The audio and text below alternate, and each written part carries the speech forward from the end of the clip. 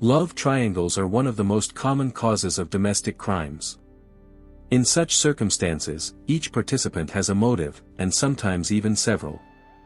These cases also belong to a complex category of cases, in which there are so many lies tangled together that it can be difficult to uncover the truth, even for professionals. Sometimes things at home are going very badly, so many people decide to immigrate in search of a better life. Some manage to reach great heights, but occasionally such a radical step leads to a real trap. Unfortunately, circumstances can turn out so pitifully that instead of success, a person finds their death. This is what happened in our story today. In the Italian province of Bergamo, in the municipality of Cologno al Sirios, about 10,000 people live. It is little known, like other small settlements in the country, unless you pay attention to the level of victimization of women. Here, feminicides are considered a very serious problem. Women often become victims of former or current partners. In 2019, Zinaida Sulonar, who was 36 years old, lived here. She was a native of a small village in Moldova, but had been living in Italy for almost 15 years, during which she had managed to partially fulfill her dreams. Like most women who leave their homeland at a young age in search of a better life, she wanted to establish herself abroad. So, Zina found herself in a foreign country in 2004, at the age of 21. She hoped to find a job, and then a husband, to build her happiness here. From the first days after moving, Zinaida settled in Bergamo and began to work. Zina was a bright, beautiful young woman and attracted a lot of male attention, but she was not going to start fleeting romances. She planned to find a husband. After a couple of years, she met a man named Maurizio Quattrocchi. He was 11 years older, seemed like a reliable, decent man, and she immediately liked him. It is worth noting that Zina had moved here together with her daughter. Zina became pregnant in her homeland at the age of 16, at the time of the move, the girl was 5 years old. The Italian boyfriend accepted the girl as his own and later adopted her. The young mother did not yet have a large number of friends here, and Maurizio immediately began to court her beautifully and gave a sense of security.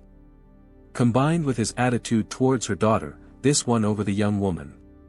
He began a romance with her, which immediately turned into a serious relationship.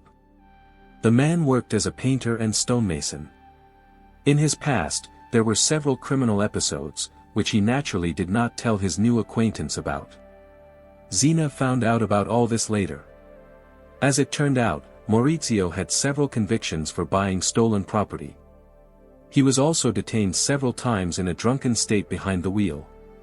However, at that time, this all remained in the past. He surrounded the young woman and her daughter with care. At the end of 2004, the couple got married. The following year, their first child together was born, and 4 years later, a second baby. All 3 children were girls. Maurizio loved his family very much, but already in this period it became obvious that he had a rather fiery temperament.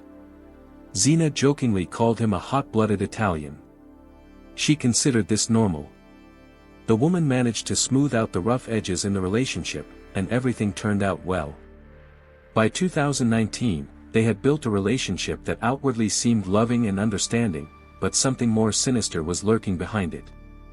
After several years of marriage, Zinaida's relatives found out that her husband had a bad temper. He was quite quick-tempered and aggressive. Maurizio was so jealous that it began to interfere with the relationship. The man's character began to manifest itself especially strongly in the middle of 2019, when his wife found a new job as a waitress in a popular restaurant. From the very beginning, Maurizio was dissatisfied with this, because the establishment was visited by many men. He was jealous, and besides, he was experiencing financial difficulties, while his wife, due to a decent salary and tips, gained more independence and even became the breadwinner of the family. And then Zinaida met a woman named Lyubov, also from Eastern Europe. They had a lot in common, and quite quickly, the new friend began to notice how tense the relationship was between Zinaida and Maurizio. Already in the first week of work at the new place, the husband came to the restaurant because his wife was not answering his calls. He raised his voice at Zinaida. Lyubov noticed how she flinched every time. It looked as if the woman was very afraid of her husband.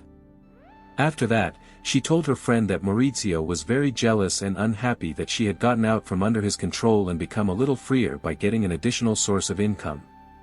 However, Zinaida decided to show strength of character and was not going to give in to him. Therefore, she continued to work at the restaurant. She hoped that her husband would get used to it and stop pressuring her. But it seemed that the situation continued to deteriorate and gradually got out of control. Lyubov noticed that after several months of working at the restaurant, Zinaida had lost a lot of weight. She became very meek. The woman even shuddered at loud sounds, which seemed very alarming. Zinaida was used to solving her problems on her own. She rarely shared the events of her life with others. However, even to the naked eye it was noticeable that the marriage was on the verge of collapse. The couple had been married for 13 years. Finally, Zinaida came to the conclusion that it was time to change something. She realized how truly dangerous her husband was after an argument that occurred shortly before the tragedy. Unfortunately, she did not have time to react. Around 2 o'clock in the morning, on October 6, 2019, the police station of the city received a message about an injured woman. When law enforcement officers arrived at the call on Via Krema Street, it was no longer possible to help the victim. The woman had died. The deceased turned out to be 36-year-old Zinaida Sulonar. The police immediately spoke with her inner circle. The woman was found in the courtyard of her sister Oksana's house, where she had been living recently. Oksana moved to Italy after Zinaida herself. Things worked out better for her, at least calmer, since the woman found a more adequate husband. He was Mauricio's nephew.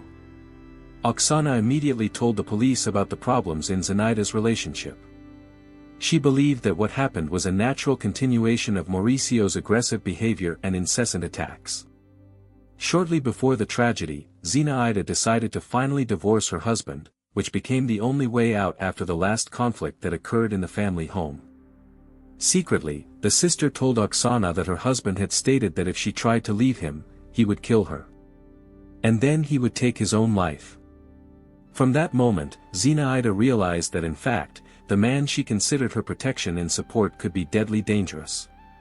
By this time, the heroine of the story had 3 children, but her husband did not care. He was completely under the influence of jealousy. When the woman moved to her sister's house, she spoke about the aggression, beatings, how she called the police after the last quarrel with Maurizio. He behaved very cruelly. Only with a former carabinier was it possible to calm him down. Zina decided not to report the threats, but spoke with the police, since she feared for her safety. She believed that the best way to protect herself and the children was to move out of the house. After that, he would gradually calm down and the couple would officially divorce. Zina did not take into account only that when a woman tries to get out from under the control of a manipulator and cruel domestic tyrant, the most dangerous period is the moment of making the decision to break up and the departure itself. After contacting the police, Zinaida became more open and told several friends that her husband constantly had fits of uncontrollable jealousy. She complained that he not only shouted, but also beat her. Unfortunately, she kept silent about the threats of violence when meeting with detectives. The woman tried in every possible way to smooth over the seriousness of the situation. Since her husband had never touched her until the middle of 2019, although he was aggressive and constantly put moral pressure on her. Once again, Zinaida thought that she could handle everything on her own, by a tragic coincidence of circumstances. Just 2 hours before the woman's murder, a carabinieri patrol passed right in front of the gates of her sister's house. Oksana knew that Maurizio was looking for his wife. He had come to her house in the evening, but then he was not seen for a long time. The woman contacted the police in order to eliminate any risks. The carabinieri walked around and inspected the area. But they left with nothing, not noticing anything suspicious. Later, Oksana's husband noted that late in the evening he had seen a car similar to Mauricio's car in a dead end, but the owner was not found. Perhaps if law enforcement officers had been a little more attentive and had not missed something important, the crime could have been avoided. Zinaida Sulonar's husband Maurizio was a 47-year-old man with a bad temper. Shortly before the tragedy, he was fired from the company where he had been working as a stonemason for the last few years. For him, this was not the first situation with the loss of a job. Before that, he had been a waiter in a pizzeria, and was also fired due to a conflict with the management. Maurizio had always been very aggressive and quick-tempered, but his wife smoothed out the rough edges in the relationship. After being fired, the situation began to worsen very quickly. He took it very hard that he could not provide for his family, and his wife's successes only irritated him more. On the evening of that fateful day, October 5th, he was waiting for his wife in a drunken state. Just a few days before this meeting, Zina and the children had moved to her sister's house. She did not talk about where she was going to run away to, but she had no other options. Besides her sister, there was no one to provide support. Moreover, she did not fully believe that her husband would carry out his threat. She did not want to create additional difficulties for the children. Oksana lived nearby, so after moving to her place, the girls could continue to study at the old school. Maurizio easily tracked down his wife at her relative's house, already the day after she left him. After that, another unpleasant conversation took place. But even this time, the woman decided to avoid contacting law enforcement. She did not want anyone to get hurt because of these events. She continued to hope for the prudence of her husband, with whom she had lived for 13 years. Unfortunately, he already perceived her as his property. Therefore, there could be no talk of his adequacy. At the crime scene in front of her sister's house, Zina was found with stab wounds, several of which immediately became fatal. The criminal inflicted blows to the throat and chest. The wounds caused profuse bleeding, so the woman died without waiting for the ambulance to arrive. Her 3 daughters were sleeping in the house just a few meters from their dying mother at this time. Upon arriving at the call, the carabinieri did not find Maurizio, and immediately after the murder, the man fled, but Zinaida's sister knew enough about him to give the police valuable leads. Oksana was in close contact with her sister's family, the girls, and her husband Maurizio, who was the uncle of her own husband. She knew the place of work, rest, the car used by the murderer. As Oksana's husband correctly noted, the criminal's car was parked in the alley. He left in it immediately after the massacre. It was an old Peugeot 207, witnesses reported its number, so the fugitive was immediately searched for. First, the police checked the couple's house, but there was no one here. Then they examined the man's old places of work, but it turned out to be empty there as well. He rushed to escape, but there were only a few directions for retreat. The carabinieri were following the killer on his heels. The gap was narrowing, but they were afraid that he might abandon the car and hide somewhere in the wild. There were several directions for escape. The police checked the checkpoints and cameras installed on possible routes of the fugitive. It was quickly possible to detect him in order to stop the criminal. A large-scale ambush was organized.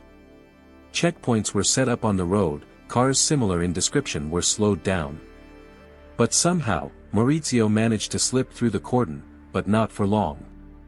In total, his escape lasted just under 16 hours. Finally, a man matching the description was spotted moving along the road between Calcio and Martinengo. The road ran several hundred kilometers from the murder site. It is noteworthy that he did not even go far enough from Oksana's house. As if he did not know what to do, and just wandered around to come up with a plan. At the entrance to the city, he was identified and detained. The alleged criminal was immediately taken to the Treviglio police station, accused of first-degree murder, and sent to prison in Bergamo. By this time, Maurizio had sobered up. He insisted that Zinaida's murder was an accident. In fact, he did not want to harm his beloved wife. Zinaida's sister intervened. Oksana reminded him of his threats to kill his wife. The woman knew perfectly well that Maurizio had long suspected the deceased of infidelity, did not miss an opportunity to accuse her of relationships with other men, despite the fact that they never existed. The sister was sure that the wife was faithful to Maurizio in marriage, but he did not believe it. The situation was probably worsened by problems associated with the loss of work, as well as the fact that Zina, shortly before these events, got out of his control. She saw how the family was falling apart, money was needed for elementary basic needs. Therefore, she had to act. When she got a job at the restaurant, it was an opportunity for her to support herself, her husband and children to stay afloat. She did not suspect that this would cause such anger on his part. Instead of supporting her, it seemed he began to be even more jealous and even envious. Perhaps depression was added to this, which is typical in such stories. In any case, this did not diminish the degree of his guilt. The killer's behavior resembled persecution. Maurizio bothered Zinaida with constant calls at work. All this reached such a point that the man interfered with Zinaida's ability to work fully, demanding to be constantly in touch, even to take photos showing where she was, what she was doing and with whom. The employer was against her constantly being distracted from work. Therefore, she was forced to turn off her mobile phone in the hope that it would allow her husband to calm down. Naturally, the effect was the opposite. Instead of ceasing to interfere, he began to come to the restaurant and make scenes. Each time it looked more and more alarming. All these stories were confirmed by the deceased's friend, whom she met at the restaurant. Zina did not like to complain, but she told her sister that the scandals at home did not stop. She came tired from work, heard incessant reproaches about infidelity and jealous scenes. It was useless to prove anything, and at the end of 2019, she first learned what domestic physical violence was. Instead of solving problems himself and finding a job, Maurizio got drunk, found fault with everything, provoked conflicts that ended with bruises. After talking with the suspect, the detectives decided that jealousy became the motive for another feminicide. They familiarized themselves with the biography of the killer in order to confirm the story of the relatives and friends of the deceased. He looked like a typical manipulator who was beginning to lose control over his victim. After losing his last job, due to another quarrel with the management, he got by with odd jobs, which were too few to provide for the whole family. He was gradually sinking into alcohol dependence, and becoming more and more cruel. The wife, on the contrary, in addition to working as a waitress in a restaurant, periodically worked part-time as a maid in a hotel, and also had additional income from working as a model. Now everything was in her hands, and it became more and more obvious that she did not need this partner. As far as it became known, Maurizio spoke very negatively about his wife's modeling sphere of activity. The man believed that it was inextricably linked with other men, so Zina regularly cheated on him. He could not find any facts confirming this. But it was also impossible to convince the man. After the carabinieri were first called because of a family quarrel with threats, they assessed the husband's behavior and advised Zinaida to leave. Now everyone agreed that her refusal to file a statement was one of the reasons for her death. Maurizio continued to insist that his attack was accidental. He just wanted to talk to his wife, but she was the first to show aggression. However, the facts revealed during the investigation refuted these claims. The woman was very calm, softened all attacks, always tried to avoid conflict. Everyone who was well acquainted with Maurizio, on the contrary, described him as a very aggressive, quick-tempered and obsessive person. The fact that the carabinieri, during their patrol of the area, could not detect him, confirmed the suspicion that the criminal had set up an ambush and was hiding. He had a kitchen knife with him, which became the murder weapon. Obviously, it could not have ended up in his hands by accident. The man had taken it with him on purpose, since he planned to deal with Zina from the very beginning. According to the reconstruction of events, late on Saturday evening, Zinaida was returning after the night shift at the restaurant, the last message she received from loved ones. It was from her sister, Oksana, who around midnight wished her sister a safe journey and asked her to be careful. When speaking with the police, Oksana said that she had a bad feeling, which is why she wrote this message to Zinaida. She did not suspect that in fact, the future killer was already waiting for his victim outside the house. Zinaida had barely managed to stop by the house gates and got out of her car, walking 3 meters, when Maurizio attacked her with a kitchen knife. He immediately dealt her several strong blows, but the woman did not lose consciousness. She began to scream, and because of this, the neighbors and her sister woke up, who called for help. Unfortunately, the criminal had enough time to inflict a fatal wound on his victim. Even after the neighbors raised the alarm, he continued the execution, since he could not control his anger caused by jealousy, and realizing what had happened, Maurizio jumped into his car and began to flee. However, the escape itself was ill-conceived, because there was nowhere to hide. The funeral day of Zinaida Sulonar was declared a day of mourning in the city. This tragic news shocked not only the numerous representatives of the city's Moldovan community, but also all other residents. Flags were lowered, many city establishments were closed. A service was held, which was attended by an Orthodox priest from Bergamo. Hundreds of concerned people came to the church for the vigil. Everyone was shocked by the unenviable fate of this kind and beautiful woman. White flowers lay on the white coffin, and red ribbons, a symbol of the fight against feminicide, were tied on the feet of local residents. Red roses were laid around the fountain on the main square and candles were lit. Meanwhile, the suspect insisted. His story changed several times, so they no longer believed him. During another interrogation, Maurizio stated that the purpose of the meeting was simply to communicate with his wife.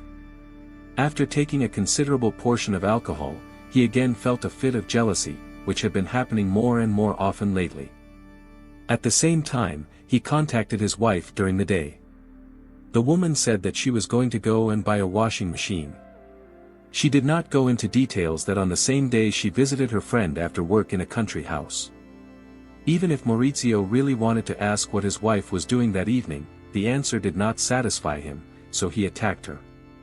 Checking the deceased's mobile phone, the Carabinieri found out that on the same evening, around 6 p.m., her sister wrote to Zinaida that Maurizio had come to her house and wanted to see his children.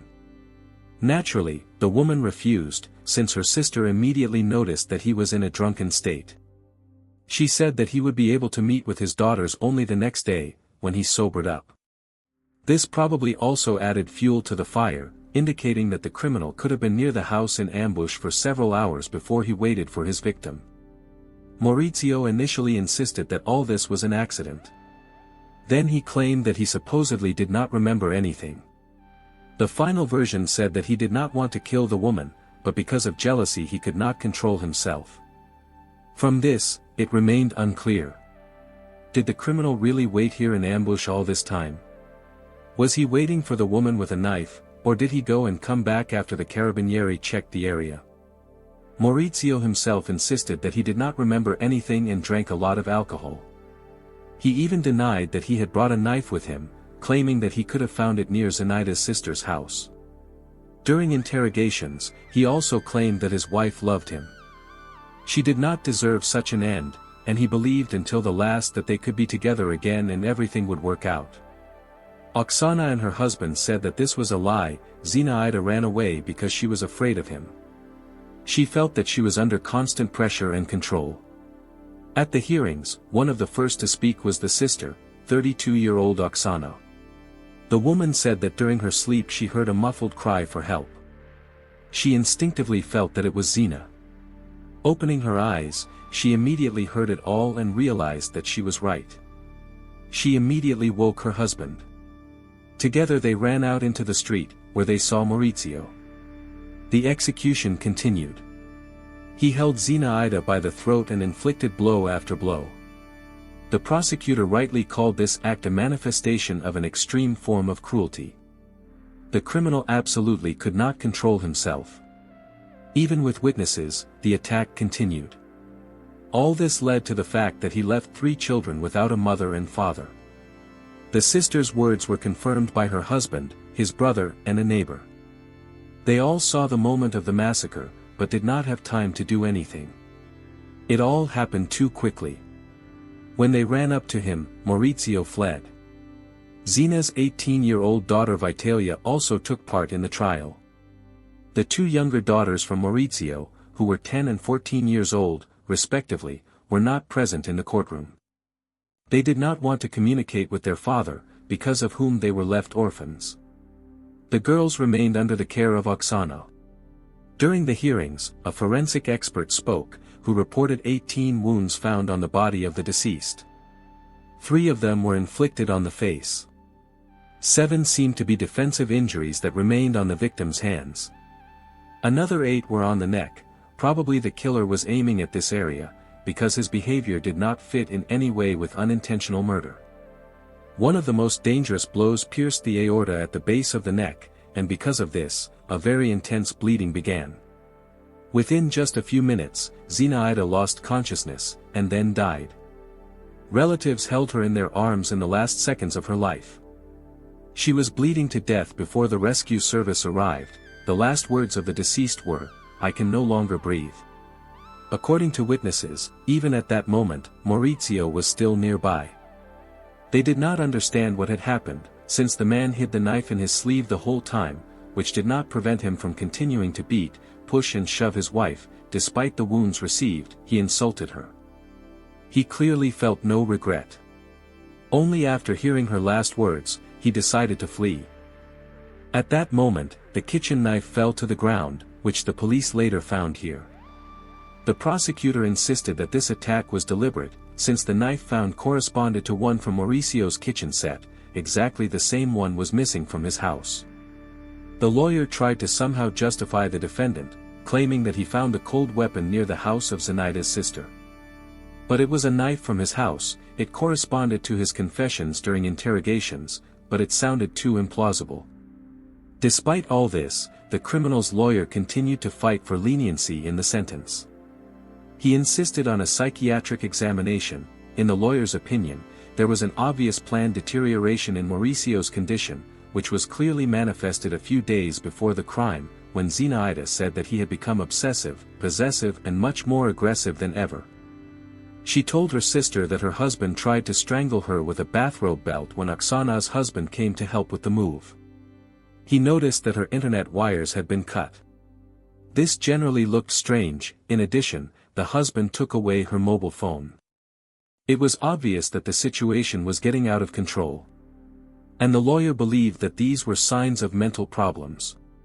However, the relatives of the deceased did not want to allow the killer to receive a mild punishment due to insanity. Oksana claimed that the first thoughts of divorce appeared in her sister 8 years before the tragedy. She stated that she felt like a victim, and feared that her husband could be dangerous, but continued this relationship for the sake of the children. In the most eloquent speech at the hearing were the words of a witness named Dario Bonacina. As it turned out, the deceased had started a secret relationship with this man shortly before the murder. She wanted to live with him, but did not know how to make it all happen. Dario said that Zinaida described her marriage as 13 years of hell. The woman repeatedly stated that her husband would kill her if she left home. Thus, the deceased found herself in a hopeless situation. Even that late trip from which she was returning on the night of the murder was made with Dario.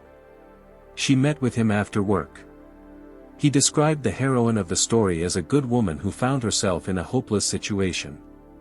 From the very beginning of their love triangle, he noticed bruises on her and understood that Maurizio was constantly beating her. For Dario, such a tragic end was not surprising. He expressed that he had never been able to help his beloved. This incident once again raised the issue of cruel treatment of women, which is acute in Italy. However, the matter did not go beyond discussion. Maurizio took his own life, as he had promised, while in custody and during the trial. His lawyer commented on the client's death. The hearing shocked Maurizio. He could not bear the shame and disgrace, because some aspects, according to him, did not correspond to reality. He was especially struck by the speeches of witnesses about a dozen years of hell, during which the man terrorized Zina and did not allow her to divorce. Maurizio repented and regretted what he had done, but he could not turn back time to change his wife's death. He feared that his daughters would be forced to testify against him, and this would be an even greater blow for him. Therefore, Maurizio made the decision to take his own life. He left several suicide notes to his relatives, but their content is unknown. Please write your thoughts and reactions in the comments below. For those who are new here, subscribing is the best way to stay updated on future content. Also give a like please. Take care of yourself and your loved ones. Thank you for your support during this difficult time. Until next time, friends.